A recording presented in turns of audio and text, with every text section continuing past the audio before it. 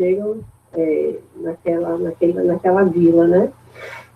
O passado com origem no cangaço, os símbolos de resistência, né, e de luta, a força da comunidade, etc., na figura ali de Lunga, né, que eles vão procurar.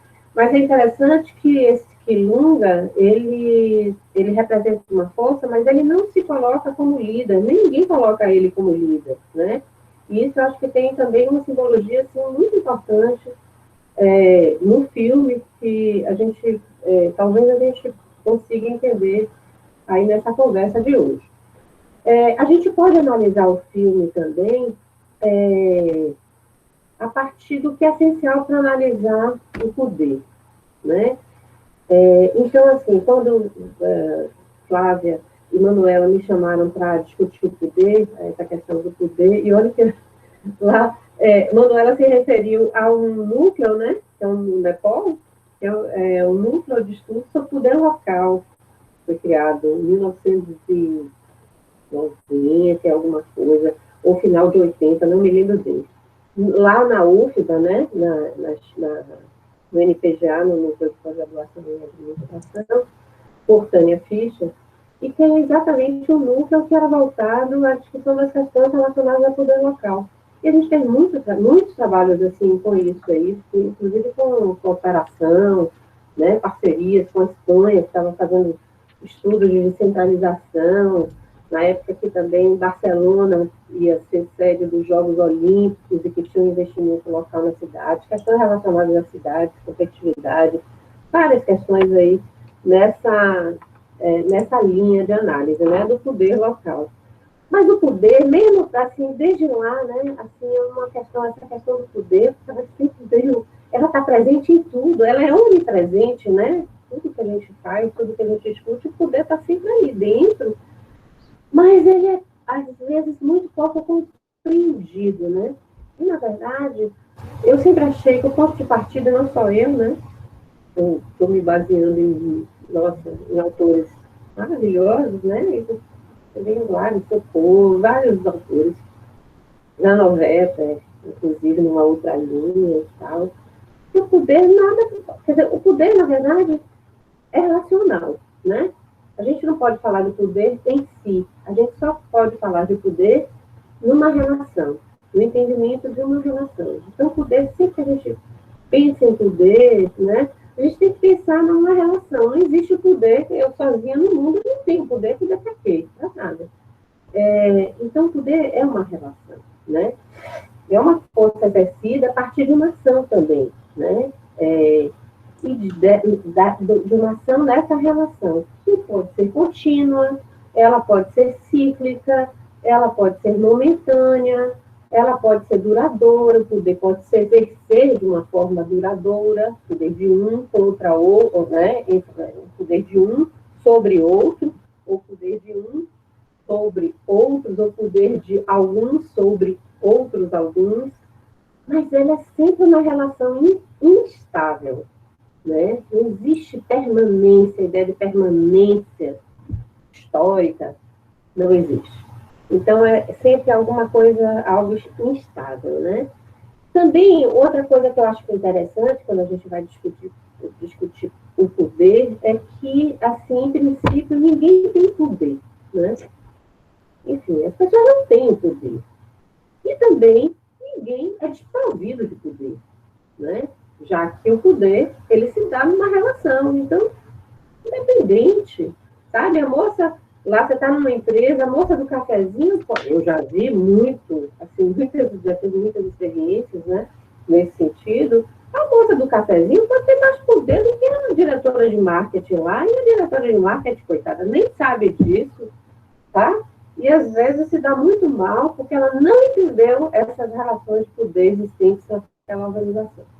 Então, é instável, ele não é muito facilmente localizado, né? E não é uma coisa assim, duradoura, permanente, assim, não se tem poder, se exerce poder em determinadas situações. E isso eu acho que o Bacurau, ele traz momentos super legais, assim, para fazer essa discussão, né? Então, Eu estou aqui com um textozinho, porque está me orientando, então, assim, às vezes meu olhar vai variar, né? Mas, manifestado, então, através de ações com propósito, o poder sempre tem um sentido, né? O poder é uma ação com um sentido dentro de uma relação. Ele está imerso, né, em sistemas concretos e contínuos de relações sociais. Em Bacurau, vemos uma comunidade relativamente isolada, distante, estrada de terra, e relações de proximidade, de confiança, de alteridade. Né? Ali as relações que se colocam naquela vila, naquele lugar. São pessoas em relacionamentos imersos em relações pessoais concretas, né? Mostradas no filme, e em estruturas ou redes de relações baseadas na confiança e no desencorajamento da má-fé. É algo que a gente vê, o desencorajamento da má-fé, ou seja, eles, né, tem uma rede ali de códigos, enfim, que essa ideia de desencorajamento da má-fé, ela é expressa, inclusive, na entrada da vila, que tem uma plaquinha logo no início do filme, né, que diz, Bacurau e tal, se entrar, vai em paz. Só entra em paz, eu acho que é alguma coisa assim. Só entra se for em paz, alguma coisa assim. Só entra se for em paz. É um mundo sem uma hierarquia interna também, isso me chamou muita atenção, né? Assim, é um mundo que você não tem, apesar de você ter a figura do professor, a figura da mãe do professor que morre logo no início, né? Algumas pessoas ali, mas sempre, a gente não consegue identificar uma liderança, né, digamos assim, mais permanente. Você tem um conjunto de pessoas que têm uma importância mais ou menos parecida, né? É um mundo sem hierarquia, portanto, e é um mundo crítico de hierarquias externas, como a figura do prefeito. Eu acho que é muito emblemática aquela cena em que o prefeito chega na cidade, também no início, e o prefeito tem autoridade, mas eles não querem saber dessa autoridade, simplesmente somem da vista do prefeito, né, na minha interpretação. Porque eu acho que o filme também tem essa característica. Eu acho que ele proporciona assim, interpretações muito variadas, diferentes, inclusive da mesma pessoa, eu mesmo, talvez se assim, vendo o filme num outro momento e tal, talvez tivesse interpretações distintas, uma interpretação distinta até dessa cena. Mas me chamou a atenção para você estar lá com o megafone, chamando todo mundo, querendo jogar os livros, parecendo que é um caminhão de lixo, né? Assim, sem nenhum cuidado. Entrega os medicamentos, não são nem medicamentos com prazo de validade vencido, mas são medicamentos perigosíssimos, tarja preta, né? Assim, para adormecer a cidade, a ideia de adormecimento, porque eram medicamentos para uma determinada doença, que, na verdade, a médica, na figura de Sônia Braga, diz que não. Que é para uma anestesia que é, né, esses medicamentos que dopam as pessoas. E aí, essa ideia da crítica de hierarquias externas, né, como prefeito, me lembrou muito assim, todo o movimento anarquista, de alguma forma, né? No século XIX, né, os anarquistas imaginaram a sociedade assim, né, onde os indivíduos se encontrariam acima do Estado, criando e dividindo produtos entre si, não existiriam monopólios, e o conhecimento seria produzido todo de forma coletiva, e tudo seria coletivizado de alguma forma. Né? A ideia que está na raiz do pensamento, por exemplo, de Bakhtin, que é um homem, só se emancipa e se liberta através do esforço coletivo de toda a sociedade. Ou seja, aquela ideia até dos mosqueteiros, né? Um por todos, todos por um, e meio que sem uma liderança central. Lembrando que, assim, esse movimento, o movimento anarquista, socialista, né, o surgimento dele na Europa, advém muito após a Revolução Francesa, né, que é a revolução que guilhotina o rei, né, os nobres, né, acaba com o poder da igreja, né, naquela época, tinha poder de, né, inclusive junto aos reis, e é um momento em que, na verdade, assim, a ideia de que as pessoas começaram a ver aquilo que é a separação entre o Estado e a sociedade, né? Começaram a sentir, de fato, que existia uma separação e que talvez existiriam interesses que não seriam os mesmos, né, naquele momento. E a ideia central era assim, por que a sociedade não se apodera, né, do governo? E se pudesse viver sem o governo, se fosse possível a vida sem o governo natural, né? Sem um prefeito, sem enfim, alguma entidade interna, apesar da dependência da água lá, né? Mas sem essa dependência externa. No caso da pós-Revolução Francesa, com essas ideias na cabeça, né, o povo saiu às ruas de toda a Europa no século XIX, se organizando em torno de duas que foram consideradas as duas ideologias revolucionárias, né, nesse momento, as duas principais. Uma, a de Karl Marx, né, do alemão Karl Marx, do marxismo, e na verdade, via na luta de classes, né, a separação entre burguesia e operariado, né, a raiz de todos os problemas da violência. E julgava que o Estado era o Estado burguês, né? O Estado era o Estado que defendia os interesses burgueses e não os interesses do proletariado, né, da classe operária. Era essa ideia ali bastante forte, né, que mobilizou, assim, a sociedade inicialmente europeia, mas o pensamento que expandiu, que se expandiu pelo mundo todo.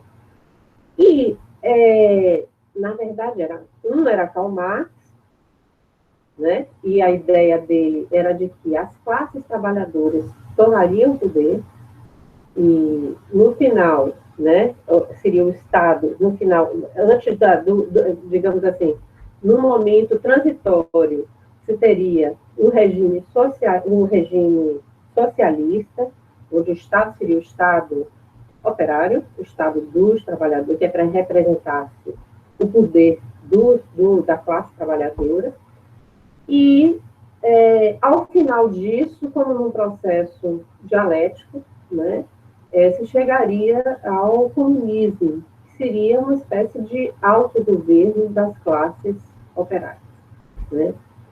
Mas Marx trabalhava muito com as ideias do Estado socialista, então era preciso não acabar com o Estado, mas transformar o Estado.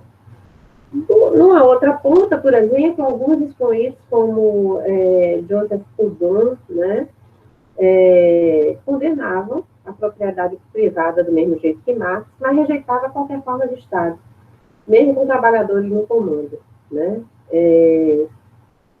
Lembrando que essa ideia do Estado, né, que nasceu de duas concepções principais do século XVII. A primeira foi de Thomas Hobbes, né, que dizia o seguinte: Thomas Hobbes dizia que os homens viviam, né, sempre viveram num estado chamado estado de natureza. Isso falando do Estado, falando inclusive dos impérios, em que os temores e paixões provocavam a luta de todos contra todos, né? E para se proteger não haveria outra saída do que, a não ser se submeter a um governo, seja lá qual for, com o monopólio da força. E Hobbes comparava um monstro da Bíblia chamado Leviatã, né? Então, assim, nessa concepção hobbesiana, as pessoas abririam mão de parte da sua própria liberdade em troca da proteção do Estado, né? E por isso essa justificação, uma das justificações assim mais fortes da necessidade de existência do Estado. No entanto, assim, para autores mais contemporâneos, como Granollers e tal, a dimensão da desordem resultante da força, que Hobbes fala lá, depende muito da rede de relações. Aí a gente volta de novo à questão do poder, né? Da rede de relações sociais, de como a rede de relações sociais está estruturada. Por isso que a gente precisa entender a rede de relações que faz com que determinados grupos cheguem ao poder, determinados grupos, enfim, percam, né, o poder. Então, precisa entender essa rede de relações. Sem esse entendimento, a gente não consegue avançar.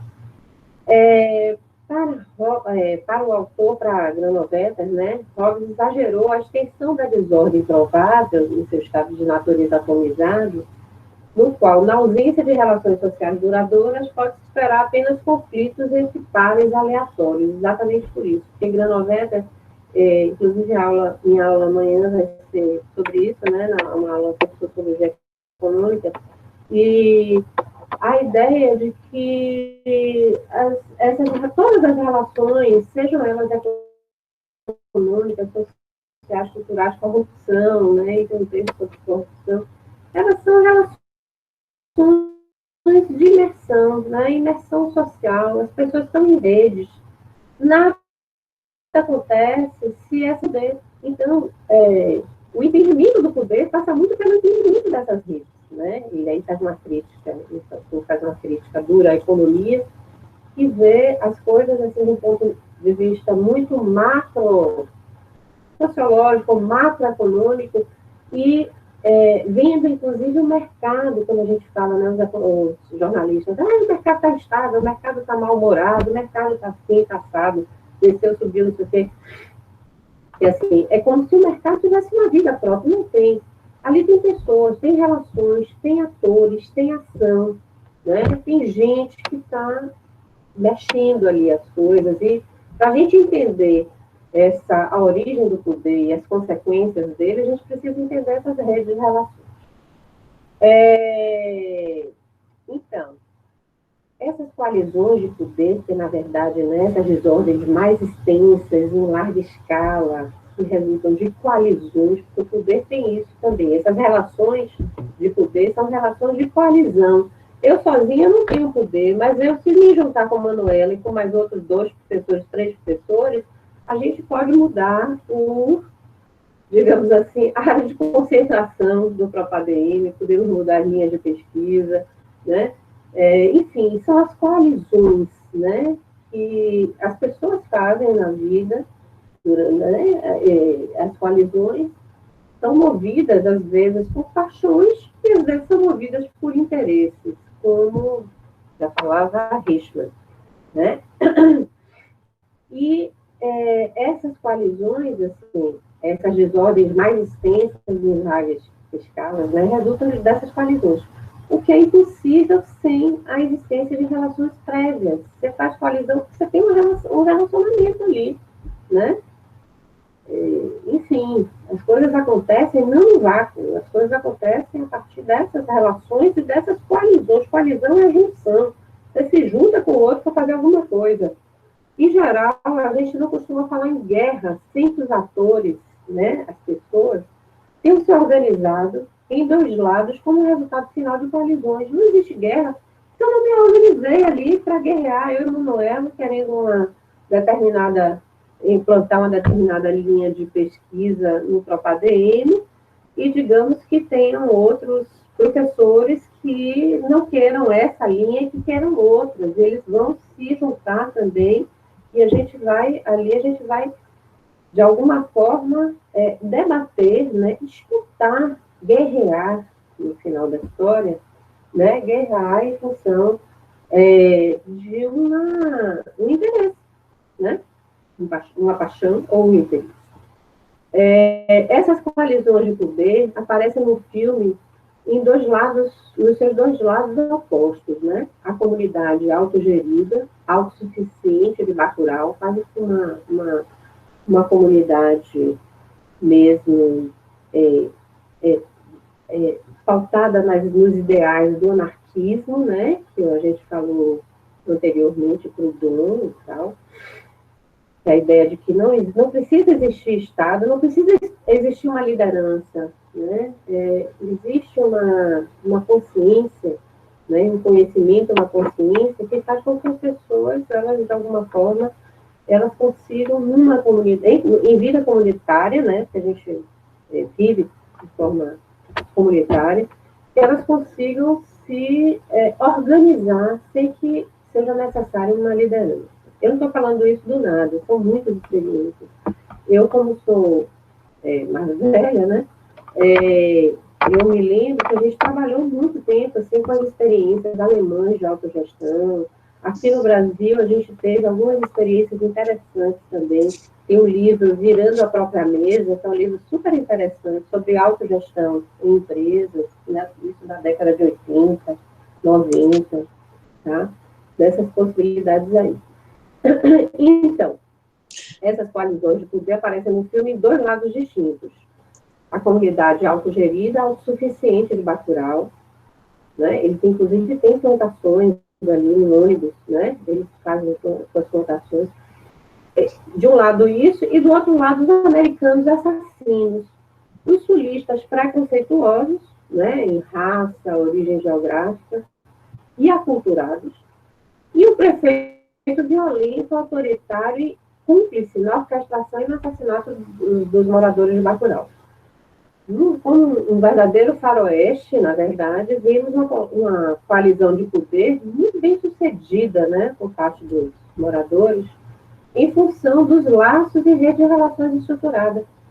E, por outro, ainda que com condições materiais, tipo armamentos sofisticados, etc., financeiras, políticas favoráveis, o fracasso da coalizão liderada pelo americano, que perde logo os brasileiros e, finalmente, o principal aliado no final, né, o prefeito. O filme pode ser analisado em diferentes níveis com base no entendimento das relações de poder, portanto, né? E aí eu destaco 3 níveis que eu achei super interessante, assim, do meu ponto de vista. O primeiro é o poder do grupo, da comunidade, que é baseado em laços de solidariedade, de amor, de altruísmo, independência, e que nesse episódio tem um objetivo definido: a luta e defesa contra agressões externas manifestadas por um inimigo desconhecido, né? Eles não conheciam. Então, na verdade, eles estão defendendo ali aquele pedaço, aquela terra, aquela vida, né? Mas eles não sabem bem quem é o inimigo. E o que é uma coisa muito difícil. Já dizia Maquiavel, conheça muito mais o seu inimigo para que você possa se relacionar com ele de uma forma mais inteligente. O outro nível que eu achei super interessante assim, para uma análise de poder é o poder expresso em relações carregadas de preconceito, de desprezo pela educação, pela saúde, pela dignidade das pessoas da vila, na relação do prefeito com elas e no não reconhecimento da autoridade do prefeito pela comunidade também, né, no verso, tem um não reconhecimento da autoridade do prefeito pela comunidade. Todos desaparecem quando ele chega e, no final, colocam ele sentado num burro, mascarado e nu, para... não sei que fim ele levou mais, né? O poder também, um terceiro nível que eu destacaria, seria o poder expresso nas relações do Sudeste e Nordeste do Brasil, nas relações Estados Unidos-Brasil. Na primeira, o desprezo, né, Sudeste e Nordeste, o desprezo ali, muito simbólico, muito bem metaforizado. Desprezo por símbolos, cultura e preconceito racial expressos pelos brasileiros na relação deles, né, pelos pessoal do Sudeste, esses dois aí, na relação com a comunidade. É muito emblemático isso, né? Não que seja generalizado de forma alguma, mas assim, emblemático porque na verdade, a gente tem expressões disso aí. E o segundo é expresso especialmente na relação de brasileiros e americanos, né? Tanto naquele momento em que os americanos eles não aceitam a participação dos brasileiros no jogo de matar, porque era algo só para os americanos, e o brasileiro não podia ter o prazer ali de entrar, não poderia, ele estava ali só para servir. e os brasileiros que se viam como estrangeiros brancos naquele lugar. Então, porque eu sou filho de italiano, porque eu sou filho disso, daquilo. E eu sou branca, eu não sou daqui, eu não sou daqui. Quer dizer, é muito interessante, muito ridículo, né? E muito interessante também. E, por fim, né? Eu acho que tem uma coisa assim, interessante, que a visão do filme é um personagem, uma história muito importante para os nordestinos, a história de Lampião e do Cangaço, né?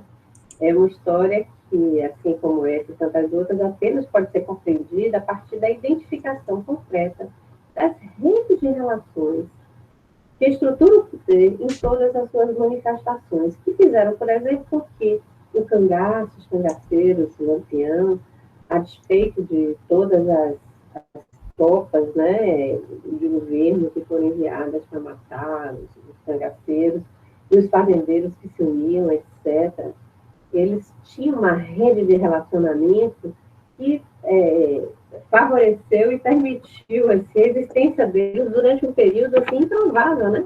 Quando a gente para para pensar assim, que o poder que eles estavam enfrentando, digamos assim, material mesmo, e se deu com rede de relações.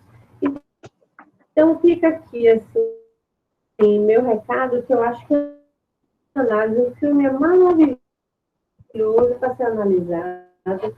Essa não é, de forma alguma, assim, é só ver o filme e da forma como eu acho que talvez a gente pudesse ter pistas, assim, para estudar, né, essa questão do poder a partir de um filme. Eu gosto muito, por exemplo, dos estudos em filmografia, né?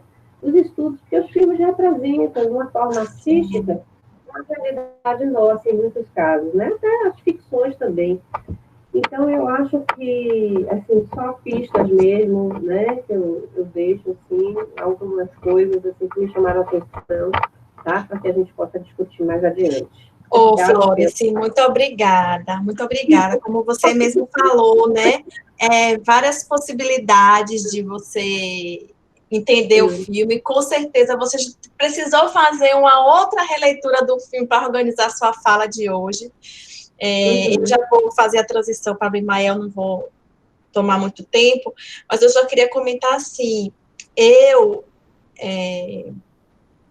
ao mesmo tempo que eu procuro elementos para me fixar no filme, para que eu consiga pegar o fio da meada, eu fiquei extremamente... Me permiti, na verdade, ficar perdida em Bacurau entre passado, presente e futuro. É uma coisa assim que eu tinha hora que eu não sabia onde eu estava. E eu me deliciei ver o filme se desenrolar e não ser um roteiro, e nem o final óbvio. Porque como eu fico procurando os elementos para me agarrar na narrativa, às vezes o filme termina e não tem graça, eu cobrei, né? E Bacurau não me permitiu essa viagem, e aí nessa viagem eu já passo para a professora Abimael para a gente continuar e a gente seguir a sessão. Primeiramente, boa tarde a todos. Então, eu quero agradecer a Manuela e Flávia por esse convite e também por ter aceito esse filme.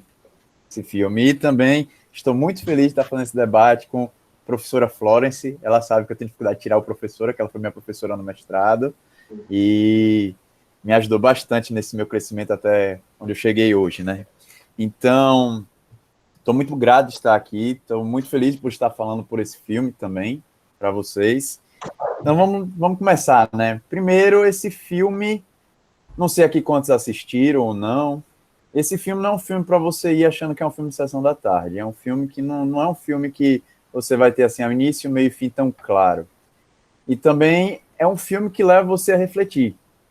E já falando nisso, como a professora Flores falou, cada um aqui, se for assistir, provavelmente vai tirar sua conclusão do seu filme, vai encontrar uma simbologia que outro não encontrou, vai ter uma reflexão diferente por trás desse filme. E me parece ser uma característica do próprio autor do filme, né, que é o Kleber Mendonça. Ele fez junto com a direção com o Juliano Dornelles, mas ele que escreveu, né, e ele tem outros filmes também que tem essa mesma pegada de reflexão, e eu não assisti, mas eu ouvi falar muito bem de Aquários e O Som ao Redor. Também é produção dele. E eu já começo achando interessante esse filme, que tem algumas curiosidades, né? Eu procurei rapidamente onde é que ele estava encaixado, porque o filme é muito amplo, né? E aí eu fui ver e ele é um filme que está no gênero de drama, faroeste, terror gore, que é aquele terror mais forte mesmo, que não tem vergonha, não tem medo de mostrar a violência, fantasia e ficção científica. Ou seja, miscigenação de gêneros do cinema, né? E ele tem várias curiosidades. Primeiro, fui também saber um filme com o nome Bacurau. Mas eu não encontrei. Vocês sabem o que é Bacurau? Bacurau é um pássaro. E é um pássaro que é um pássaro. E ela explica, não sei quem assistiu, ela explica quando os dois chegam lá no bar, os dois personagens que fazem parte do Sul, chegam no bar, é um pássaro. Eu fui procurar um pássaro mesmo. Pensei que era uma ficção do filme, mas é um pássaro mesmo. Com hábitos noturnos, ele geralmente caça à noite. E é muito interessante, tem muitos detalhes no filme, o filme é muito cheio de simbologia. A gente vai falar aqui hoje sobre poder, mas dá para ver claramente que a gente podia falar com base nesse filme sobre o Brasil, sobre o Sul e o Norte, Nordeste, como a professora falou, poderia falar, destacar a violência das armas, podia falar do poder da mulher, ele destaca muito bem as mulheres nesse filme, né? Um filme muito interessante com relação a isso. Ele também é um filme que traz uma visão diferente da masculinidade no Nordeste, principalmente na personificação do Lunga. Ele praticamente tenta fazer um paralelo de Lunga com qual é o nome dele? Agora fugiu o nome que a professora Florence falou. Lampião, só que é um Lampião diferenciado, é um Lampião com unha pitada, todo cheio de estilo. Então, para quem não assistiu o filme inicia, diz que é ficção, que é no futuro próximo.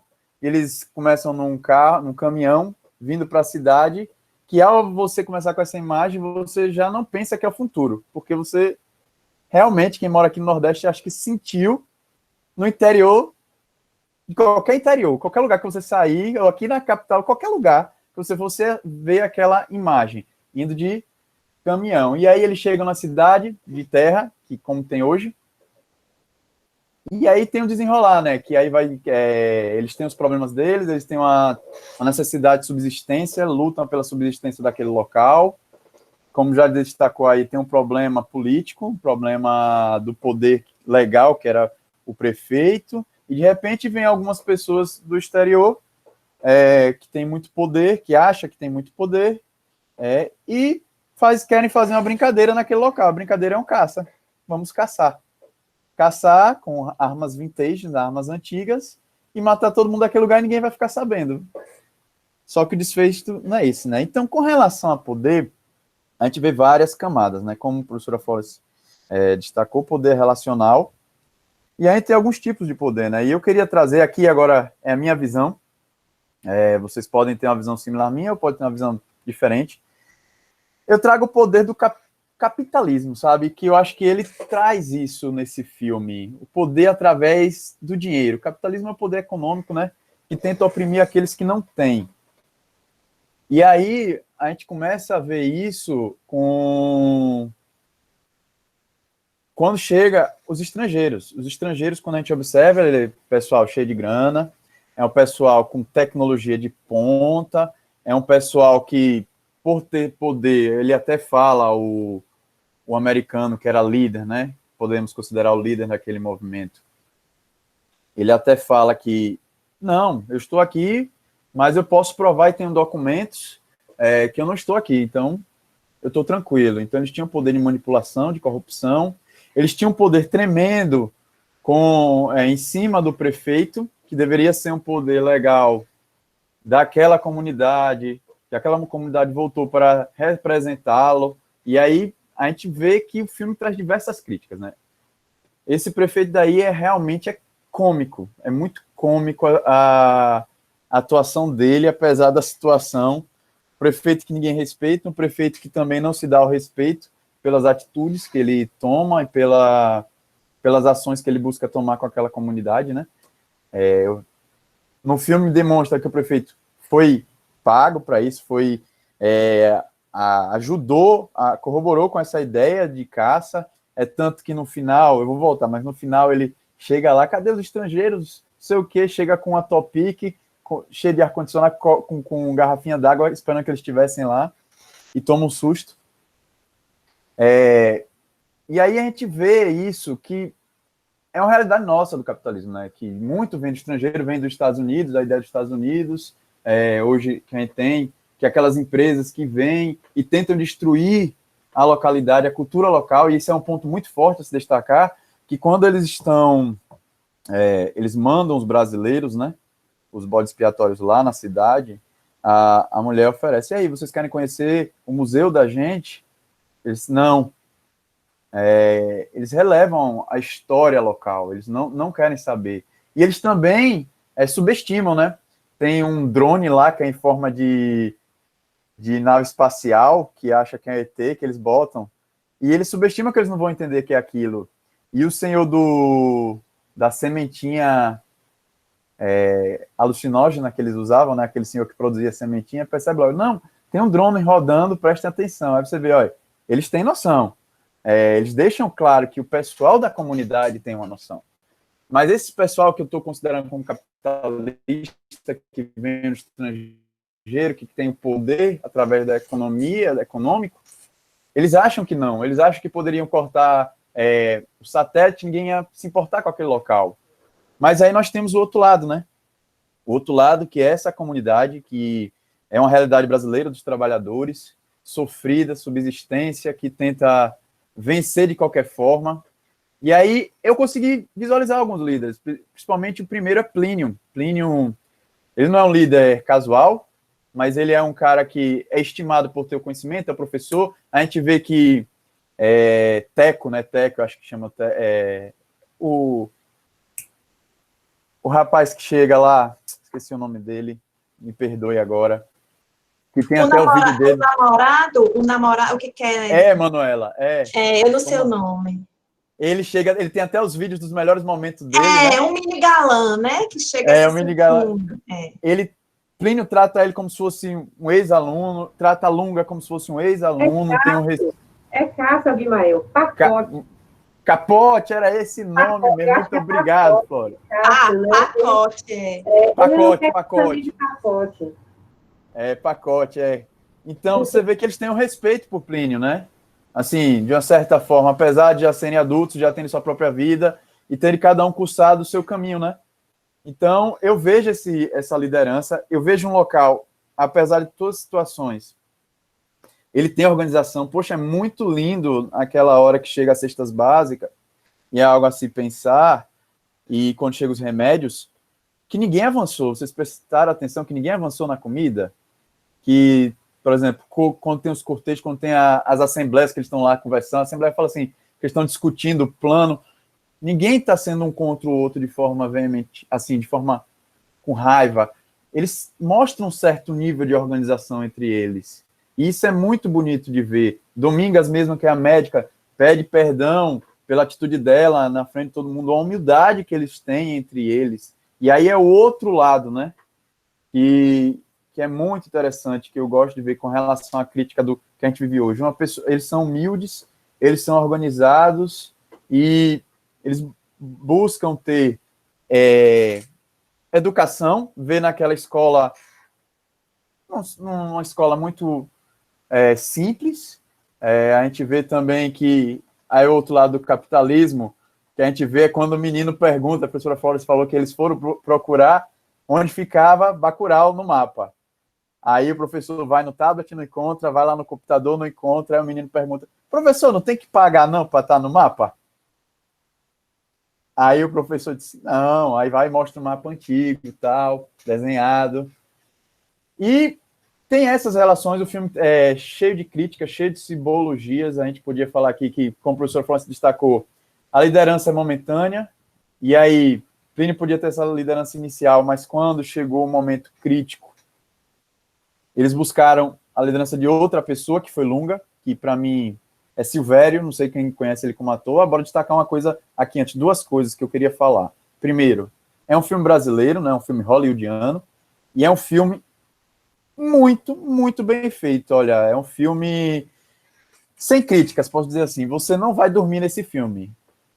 Você não dorme nesse filme. O filme é muito bem escrito, tem uma fluidez muito grande, e as encenações são fantásticas. Você, por exemplo, Silvério mesmo, ele fez aquela novela, e ele era caricato naquela novela, e ele foi fazer esse papel, rapaz, você não lembra da outra atuação dele, então mostra como ele fez muito bem feito esse papel do Lunga, né? E aí, voltando ao filme, Lunga é uma pessoa muito interessante, ele está sendo caçado, como a professora Flores destacou, ele é um poder, só que não é utilizado. Agora, quando chegou a necessidade do enfrentamento, da luta, as pessoas daquela comunidade recorreu a eles. E ele foi. E aí ele mostrou ser estrategista, ele mostrou que ele veio para somar, ele não veio para mandar somente para mandar, ele fazia parte junto com eles. E foi uma batalha interessante. É uma batalha muito violenta, não sei se quantos aqui gostam de violência. Quem não tem estômago para violência, eu digo que tenham cuidado, tem algumas cenas que são realmente tenebrosas. A cena mesmo lá do senhor que faz as sementinhas, quando os dois estrangeiros vêm, a casa deles é muito, muito pesada, mas aí mostra novamente a humildade daquele povo, porque a menina que queria matar eles ajudam ela, tentam ajudar ela, e levam para a comunidade, tentam salvar ela. E aí vem outra simbologia, que eles usam o Bacamarte, que é a nossa história, eles enfrentam com isso.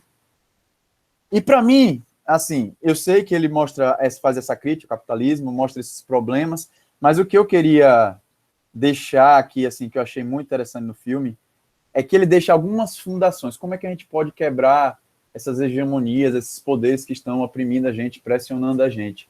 E aí eles deixam algumas coisas bem claras para mim no filme, né? Primeiro, é a questão do museu.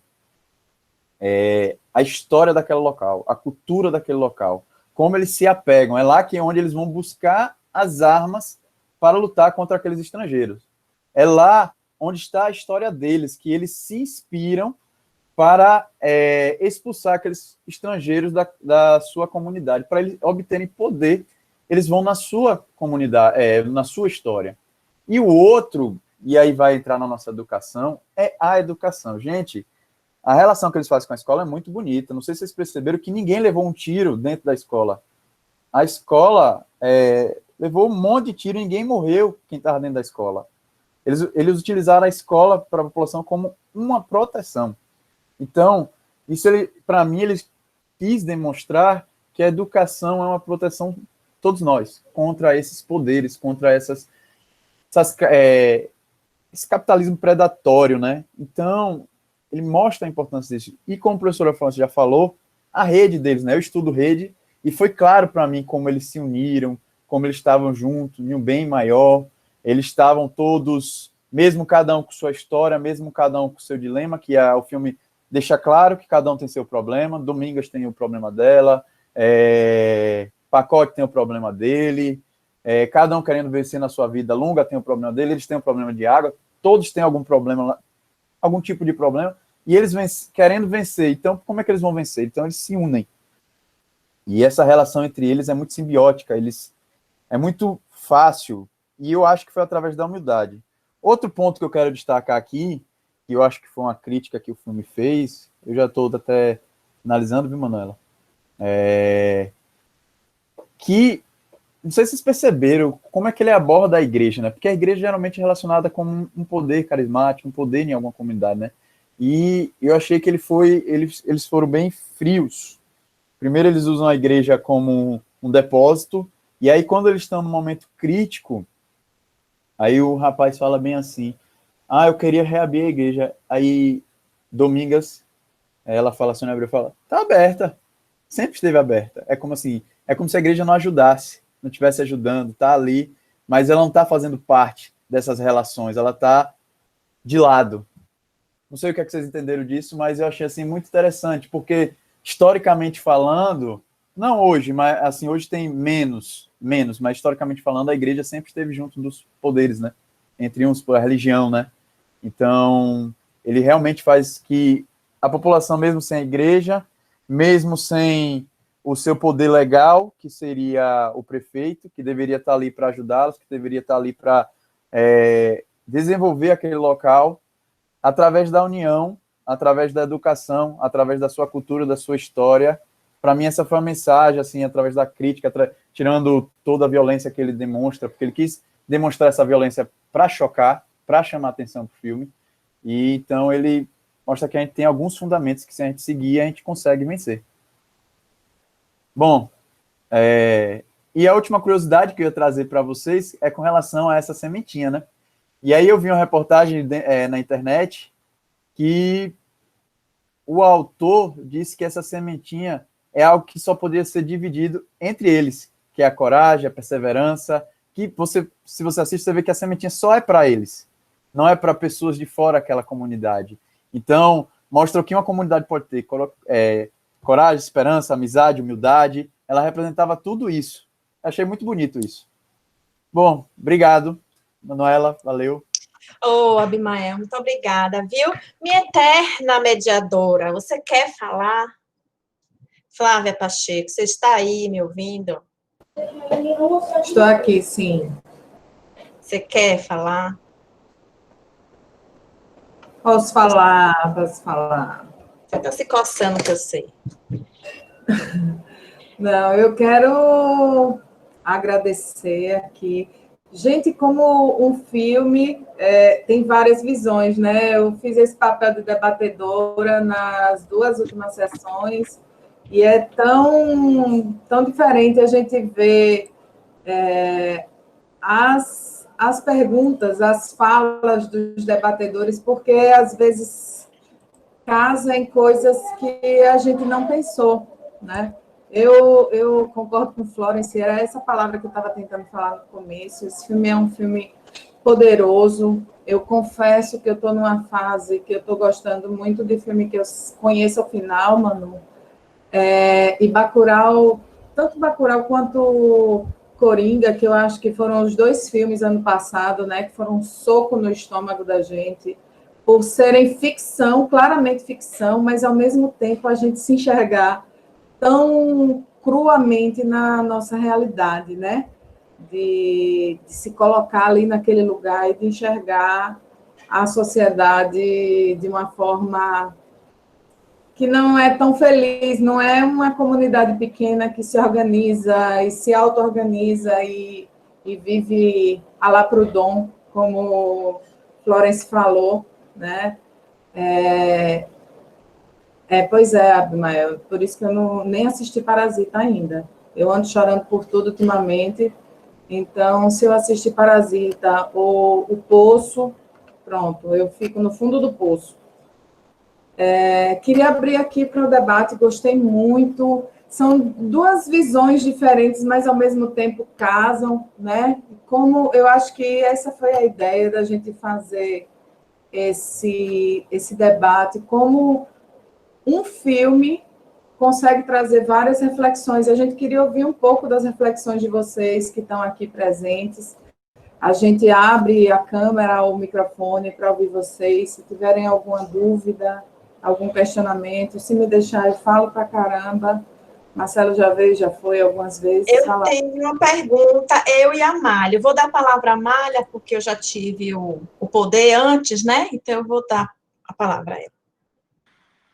Muito obrigada, eu estou sem câmera agora, viu, pessoal? Boa tarde a todas e a todos. Muito obrigada pelas reflexões que vocês trouxeram para nós. Nossa, gostei demais das falas da fala da Florence e do colega Abimael, já conhecia, né? Na verdade, eu quero só pontuar uma coisa que o Abimael... Eu estava aguardando para ver se alguém falaria sobre o que ele tocou, no caso. Quando você falou daquele OVNI, quer dizer que a ideia que se passaria, que se teria, era de que aquela comunidade talvez interpretasse como um OVNI. Mas aí eu quero dizer para você, eu quero te perguntar, inclusive, Florence também, por favor, né? Qual foi a sensação de vocês dois quando vocês viram aquela cena? Porque a minha, Eu interpretei logo que o personagem coloca aquilo, olha, pensa que a gente é besta, tem um drone voando. Então, aquilo foi um dos socos que eu levei no estômago, porque eu também tive um olhar preconceituoso. Aí eu falei, poxa, é impressionante, esse filme, ele mexeu com a gente. Eu vou concordar com a Flávia, que eu também não estou muito preparada para ver esses outros dois que ela falou. Então, era isso, é curiosidade. Como é que vocês sentiram aquela cena?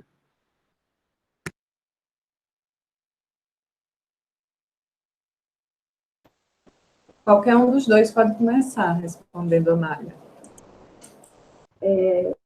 Vou começar, então. Florence, ligue sua câmera para a gente lhe ver. Liguei. Eu pedi para as pessoas desligarem na hora do debate, mas agora também eu acho que se quiserem ligar, dá para ligar também, né? Eu fiquei... O filme, assim, de uma forma geral, a sensação que eu tive naquela cena foi uma sensação que eu tive durante boa parte do filme. Eu acho que eu fiquei em suspensão, sabe? Meio assim, será que é isso? O que ele quer com isso? Será que é mesmo? Aí eu estava assistindo esse filme com meu marido e nós temos uma longa experiência do interior brasileiro, principalmente nordestino, né? De parentes, enfim. E aí meu marido fez um comentário, disse, não, nossa, eu conheço tanta gente que já viu disco voador, assim, no interior, porque o céu normalmente, o céu é mais aberto, né? Nas cidades a gente tem edifícios e tal, E aí ele disse, nossa, tanta gente que eu conheço já viu disco voador, mas eu achei o negócio do disco voador meio esquisito, porque ele era pequenininho, assim, não tinha um formato, um desenho, né? E aí logo depois eu digo, não, isso aí não pode ser um disco voador de verdade, isso é algum drone fantasiado de disco voador. Mas eu confesso que eu demorei um pouquinho para entender. E eu queria muito que fosse um disco voador, porque eu mesma fico doida só olhando para o céu para ver se eu encontro um disco voador uma hora dessa. É isso. Bom, eu também senti assim, mais ou menos como o Flores falou, porque o disco voador cai do nada, né? Aí tá na cena e de repente troca para aquela cena ele sendo perseguido por um disco voador e ele tentando desviar tal, aquele senhor, e sim, tem nada na história para me dar embasamento para isso agora, que tá me abordando. Aí, e realmente a gente tem, e aí é o preconceito, né? Aí eu me lembrei de onde? De Varginha, né? Que é o interior que tem os discos voadores, né? E as histórias que tinham, principalmente, acho que na década de 90 tinha mais histórias sobre isso, né? E veio na minha cabeça essas histórias na hora. Mas aí que é bem depois, quando tem aquele caso lá eu acho que a gente vê o drone antes dele falar que é um drone, que é quando vai na fazenda, se não me falha a memória, na fazenda, quando os dois sulistas aparecem, né? Aí eu disse, eles estavam querendo, eu acho que a mensagem depois ali é que estavam querendo subestimar, assustar, mas eu também achei que era um disco voador no primeiro momento. Sim, do nada, veio mais um problema para eles.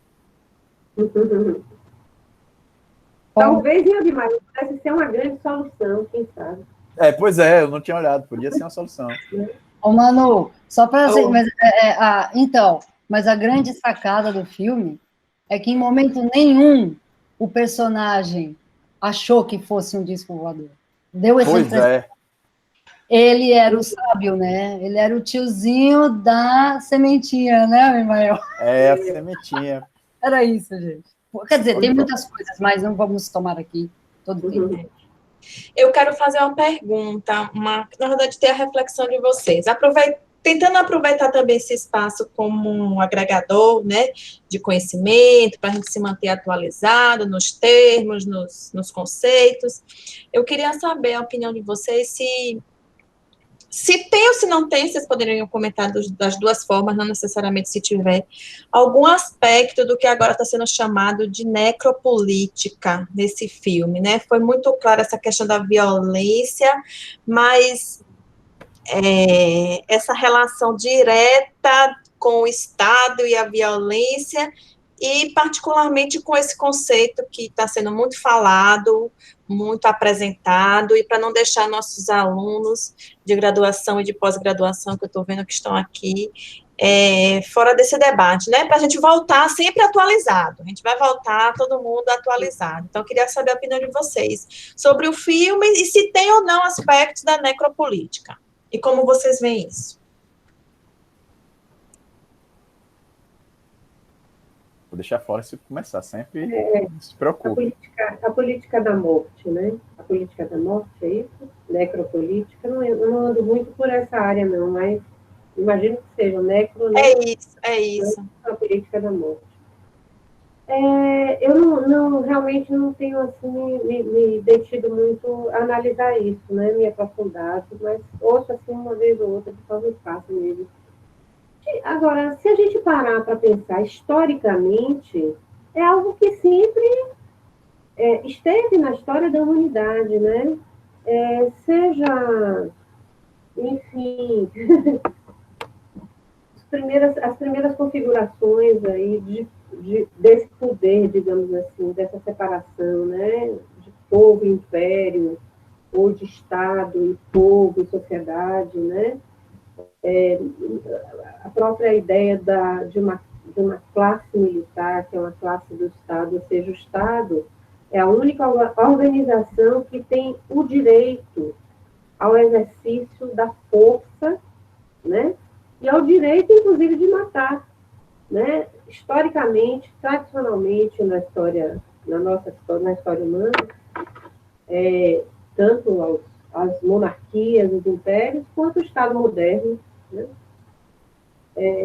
São as organizações que têm esse direito a matar, né? Matar em prol de uma ordem estabelecida, seja ela qual for a ordem estabelecida e historicamente constituída, porque uma ordem estabelecida, um estado de coisas, um estado, digamos assim, em termos de legislação, em termos de organizações de forças, em termos de distribuição, né, de poder e tal, é sempre algo, como eu falei antes, né, historicamente dado e sempre reconstruído historicamente também.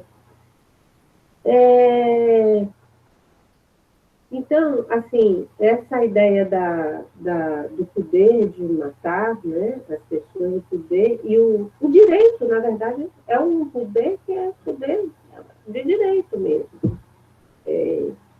Nos Estados Unidos, alguns estados, eles matam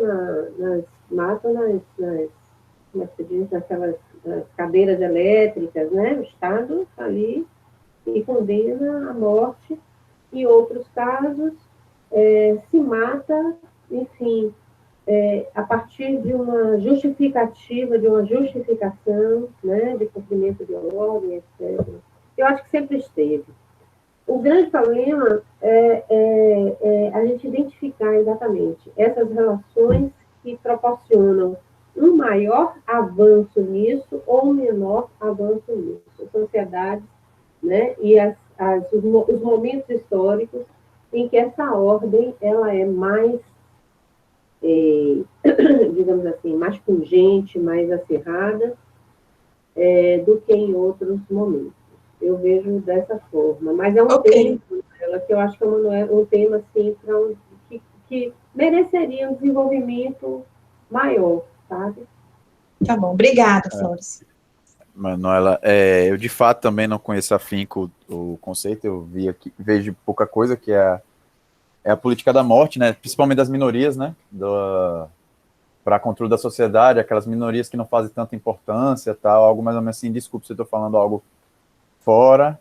Então, o filme faz uma crítica muito clara, principalmente naquela visão no final, acho que é Pacaembu, vai ter execução para todo mundo ver e tal. O filme deixa muito claro isso. E hoje eu não sei o que eu vejo. Assim, hoje a gente está no mundo. No Brasil, o Brasil pegou meio que uma onda dos Estados Unidos. Não estou dizendo que não aconteceu no Brasil, mas o que aconteceu nos Estados Unidos fomentou uma defesa aqui, né? The Black Lives Matter, né? Que foi a última bandeira que a gente estava vendo levantar forte, que é vidas negras ou pretas importam. E depois evoluiu para todas as vidas importam, né? Teve uma evolução em alguns pontos com relação a isso. E eu acredito nisso, todas as vidas importam. Agora, sim, de fato, principalmente agora, nesse momento da pandemia, que estamos vivenciando, a nossa política não está indo muito bem, não.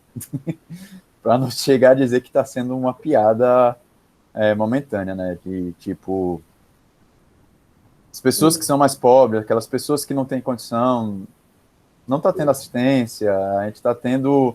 Essa doença parece que veio de uma forma, sei lá, para matar aqueles que têm menos condição, não sei. A gente está vendo um problema muito, muito grande agora na política.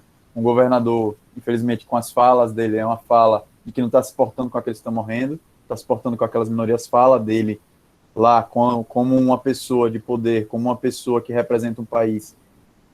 Infelizmente, está sendo uma fala sem se preocupar, né? Está falando da boca para fora sem pensar.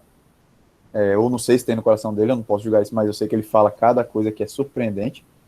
E eu creio, sim, que, de certa forma, a gente está sendo esquecido, aquelas minorias estão sendo esquecidas, os índios estão aí batalhando para sobreviver,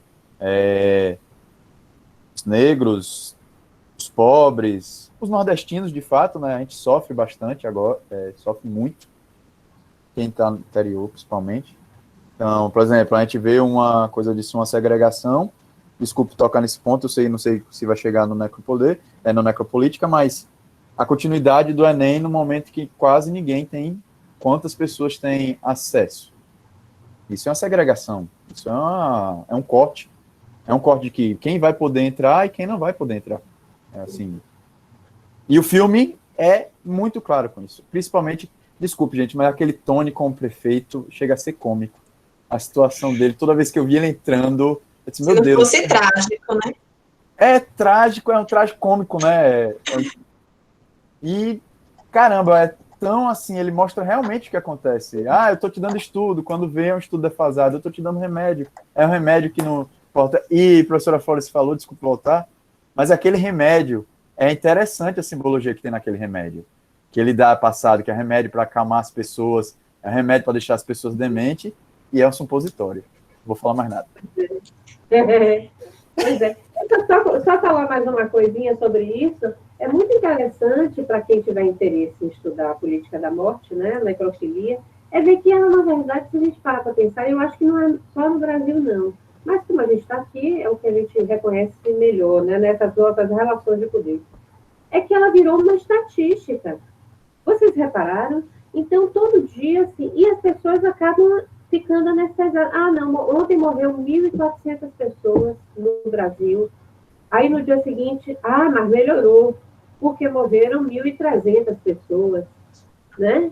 Então, assim, a estatística, né, eu acho que ela banaliza a morte. Ela acaba, esses números, da forma como eles são interpretados, eles acabam trazendo uma enorme banalização da morte e um distanciamento nosso, assim, da dor, né?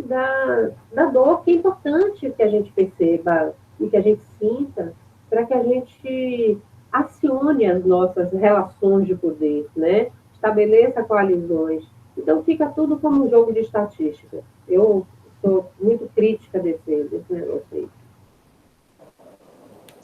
Só assumindo um instantinho o papel de debatedora também, para responder Manu também, o conceito de necropolítica tenta entender o Estado que é regulado a partir de uma lógica também de encontrar um inimigo em comum, né?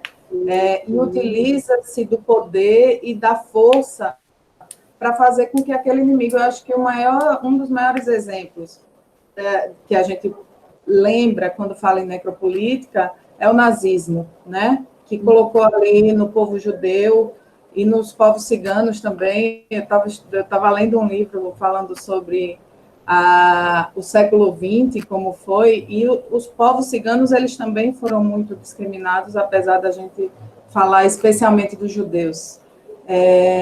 Então, eles colocaram ali naquele grupo como se fosse um inimigo da sociedade, que o combate daquele inimigo. No Brasil, a gente já pode imaginar isso, e como se falou em poder, em capitalismo, o capitalismo acaba se desenvolvendo a partir dessa lógica do poder e da força, né? Para acabar com esse inimigo. Quem é o inimigo? É o inimigo da favela, é o ladrão, traficante, né? Então, eu acho que Bacurau também traz um pouco dessa discussão aí, né? Quem são aquelas pessoas ali? São pessoas sem valor, sem importância. E quando a gente vê esses números que Florence fala, a gente está falando do Covid agora, mas a gente poderia estar falando dos números de mortos nas favelas do Rio de Janeiro, por exemplo, que todo dia morre alguém, crianças morrendo na escola, dentro da escola, infelizmente é diferente do filme, né, Abimael? Na escola elas não estão protegidas também. Então, acho que Bacurau tem um pano para manga aí para essa discussão também. Inimigo do avanço, né, Flávia? As pessoas mais pobres, inimigo do avanço. Na verdade, eu queria.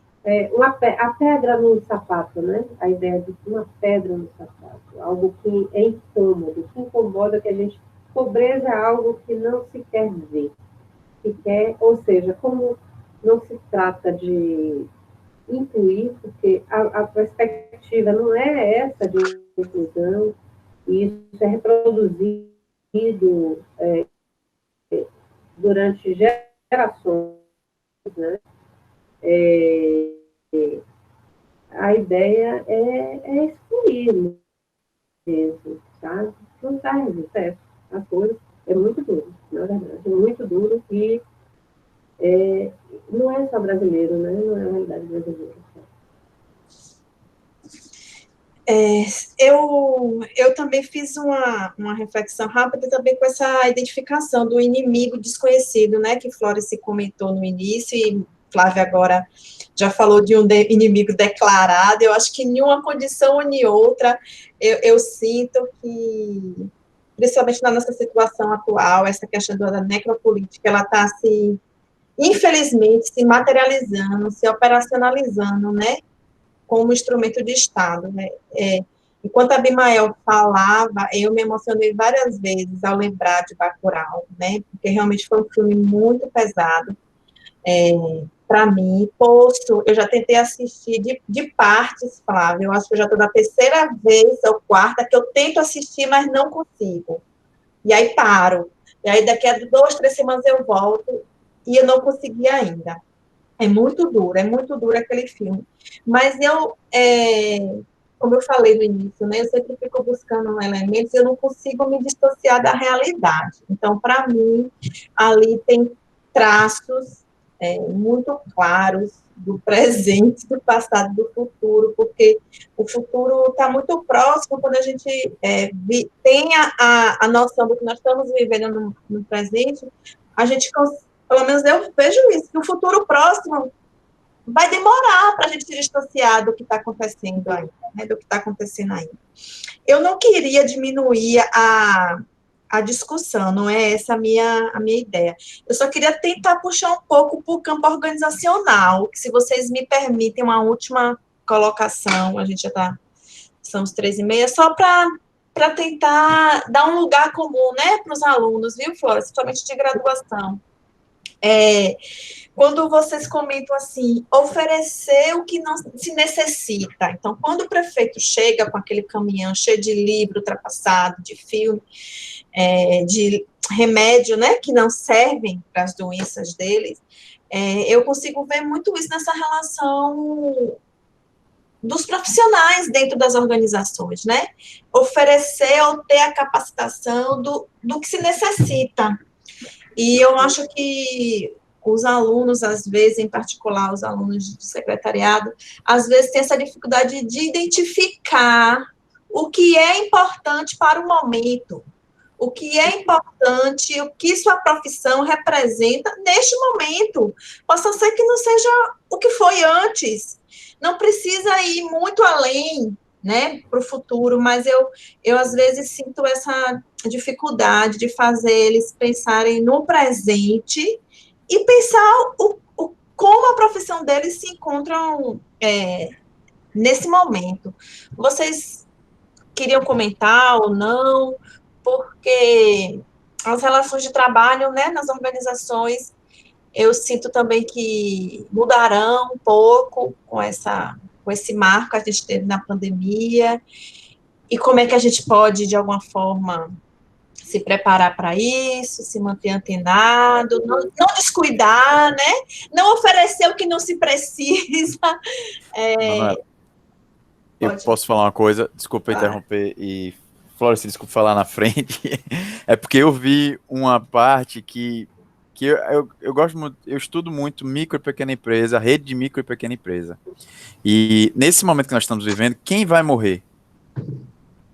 Quem vai estar sumindo no mapa? São as micro e pequenas empresas que não tinham condições de se manter. E aí eu vejo muito um paralelo com o Bacurau, que tracei isso na minha cabeça, né, assim, que eu vi aquela organização deles lá, dos estrangeiros e tal, como as grandes empresas que eles conseguiriam sobreviver. E aí eu penso que a resposta está exatamente no que o filme mostra. Redes, como a professora falou, redes de relacionamentos, redes como uma forma de entendimento, e aí para o secretariado também a cooperação entre eles, né? Por exemplo, ele deixou clara a importância de um sindicato nos proletariados, a importância de união das classes em pró de um objetivo maior, né? Eu penso assim, não sei hoje se seria o sindicato, mas eu acho que é a união. Por exemplo, eu vi muito do Calm Work ali, juntando pessoas diferentes, de lugares diferentes, para, em alguma coisa, conseguir chegar a algum lugar, mesmo sendo pequenos, mesmo sendo vistos como insignificantes por alguns, né? Minha visão, só que eu vi. Isso. Concordo com a Abimael, as redes. Eu vejo também, assim, do ponto de vista assim, de uma pessoa que já trabalhou com carreiras, né? Trabalhei muito com carreiras, com gestão de carreiras. Numa instituição de ensino superior privada, montei um centro de carreiras há alguns anos atrás lá. E, assim, o que eu vejo? Eu vejo que, na verdade, a formação universitária, a formação acadêmica, é uma formação, no meu modo de ver, acadêmica, né? Então, assim, ela um pouco, pensando aí na trajetória de carreira das pessoas, não é muito comum que as pessoas sigam, isso até a estatística ajuda a comprovar isso, que as pessoas sigam aquelas trajetórias da carreira, ou seja, na verdade, eu fiz sociologia na graduação, mas eu acabei diretora de empresa, executiva lá, né, no topo de uma empresa, fazendo sociologia. Eu tinha um colega que era diretor também, que era turismólogo, sabe? Então, assim, essas trajetórias, a forma como a gente vai caminhando na carreira, as redes que a Abimael falou, as redes de relacionamento que a gente vai fazendo, relacionamentos internos dentro da própria área, ou mesmo externos, eu acho que isso vai se reconfigurando. Agora, eu vejo assim como fundamental em qualquer carreira, qualquer uma, inclusive as mais técnicas possíveis, lá, as engenharias, as químicas, as físicas, etc. Hoje em dia, é a necessidade de uma formação mais humanística, apesar, né, das políticas recentes aí do governo federal não irem muito nessa linha, mas eu acho que ela é fundamental para um mundo que está em mudança acelerada, né? Isso a gente todo mundo sabe disso aí, que a gente vai redefinir profissões, redefinir áreas de atuação, etc.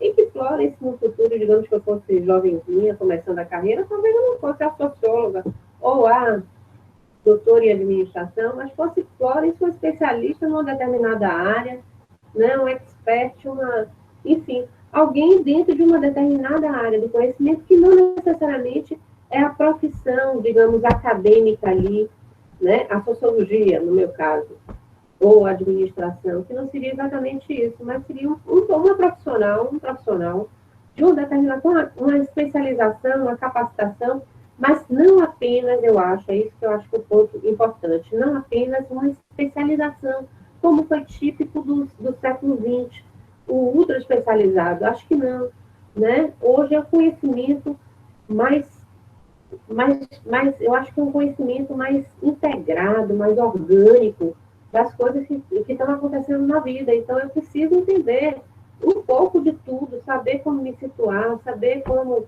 para onde as coisas estão indo, as tendências, enfim. E eu preciso me relacionar bem. Isso é importantíssimo, tá? Eu preciso ter essa expertise aí, né? De relacionamento, enfim, para que eu possa exercer poder também, né? Dentro daquilo que eu quero exercer, das minhas paixões e dos meus interesses, como diria Richard. Muito obrigada, viu, pela fala de vocês. Uhum. Fala. Já que Manuela fez uma pergunta, a Amália fez uma, a gente já passou um pouco do horário do que a gente está acostumada, né? Mas eu deixo um espaçozinho para alguém, se quiser fazer mais alguma pergunta, para a gente encerrar. Se tiver, liga aí sua câmera, seu microfone, ou então fale agora. Não, para a próxima sessão. Então, para a próxima sessão, mas a próxima não vai ser sobre Bacurau. Alguém quer falar?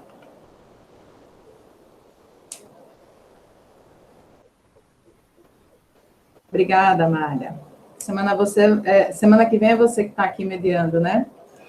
Então, eu vou pedir, vamos encerrar, agradecer, né, a presença de todas e todos aqui, em especial de Abimael e da professora Florence, que aceitaram o nosso convite para fazer parte desse momento. Né? Fico muito feliz de participar com isso, da gente ver, né, Manu, a ideia dando certo e funcionando. Eu estou muito feliz. Cada debate que encerra, eu fico muito feliz. Tenho gostado do que a gente tem discutido aqui. Eu queria pedir agora, então, 2 minutinhos, né, para fechar para a Florence primeiro, viu, Abimael? Agora vou deixar ela falar primeiro, e depois a Abimael, para a gente dar um encerramento. E queria pedir que depois que eles terminassem, todo mundo ligasse a câmera para a gente tirar uma fotozinha, ok? Obrigada. Pronto, Florence. Bom, queria assim, finalizando, agradecer realmente aí o convite de vocês, né, de Flávia, de Manuela. Acho a experiência maravilhosa, eu adoro. Eu tenho um aluno, Manuela sabe, lá não é meu aluno, mas eu gostaria de ter acompanhado ele. Infelizmente não foi possível, o Glauco, que trabalha com filmes, né, quer trabalhar na dissertação de mestrado dele em cima de filmografias para a educação, para aulas de administração, né? Eu gosto muito dessa ideia. E acho que, assim, foi muito legal. A escolha do filme maravilhosa.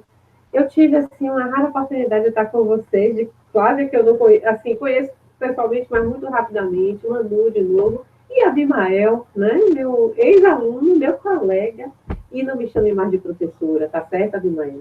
Porque agora você tem que me chamar de Flores, senão eu me sinto muito velha também. Tá bom? Olha, obrigado mais uma vez a todos. Espero, assim, que o debate tenha sido proveitoso para todo mundo. E recomendo para aqueles que não viram que assistam Bacurau. Bom, eu quero agradecer a vocês pelo convite, agradecer por esse momento que nós estamos aqui hoje à tarde, né? Quero dizer que foi muito proveitoso. Eu quero agradecer porque eu aprendi muito, gostei muito de ouvir as visões de vocês sobre o filme, as perguntas, achei muito interessante, a gente aprende com isso, né? E eu também acho que uma forma de aprendizado é os filmes. Os filmes, tem filmes que têm as mensagens muito interessantes por trás. E eu espero que vocês continuem com essa iniciativa, viu, Flávio e Manuela? Pode ser essa versão 1, depois versão 2, que acho muito, muito legal isso, viu? Muito legal mesmo. Obrigado aí pelo convite. Tamo junto. Tamo junto. Uma das poucas coisas que a gente leva da academia são as amizades, as parcerias. Muito obrigada, viu, gente? Vamos tirar uma foto, menos a Amália, que está sem câmera, e Rodrigo, que está sem câmera. Mas tá ficam. Todo mundo sem câmera. Dá para ver pelo menos a foto de vocês. A Amália ali, ó, a ditadura nunca mais. Esperando. Vou tirar uma foto bem bonita. Agora sou eu, viu, Manu? Para você aparecer e outra eu aparecendo. Passa aí. X. Pronto. Obrigada a todas e todos. Semana que vem a gente se encontra para debater um estagiário...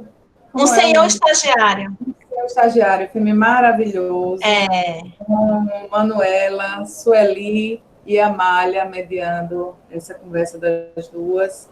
E é isso. Obrigada a todas. Sim. E todos. Tchau. Até a próxima. Até a próxima. Olha, só lembrando rapidamente, a Folha de São Paulo está com um curso gratuito sobre ditadura nunca mais. Alguém falou? Sim. Falou? É gratuito, acho que são 4 sessões, está bem interessante, conteúdo aberto, muito interessante mesmo, tá? Tá, joia. Ótimo. Obrigada. Vou interromper a gravação.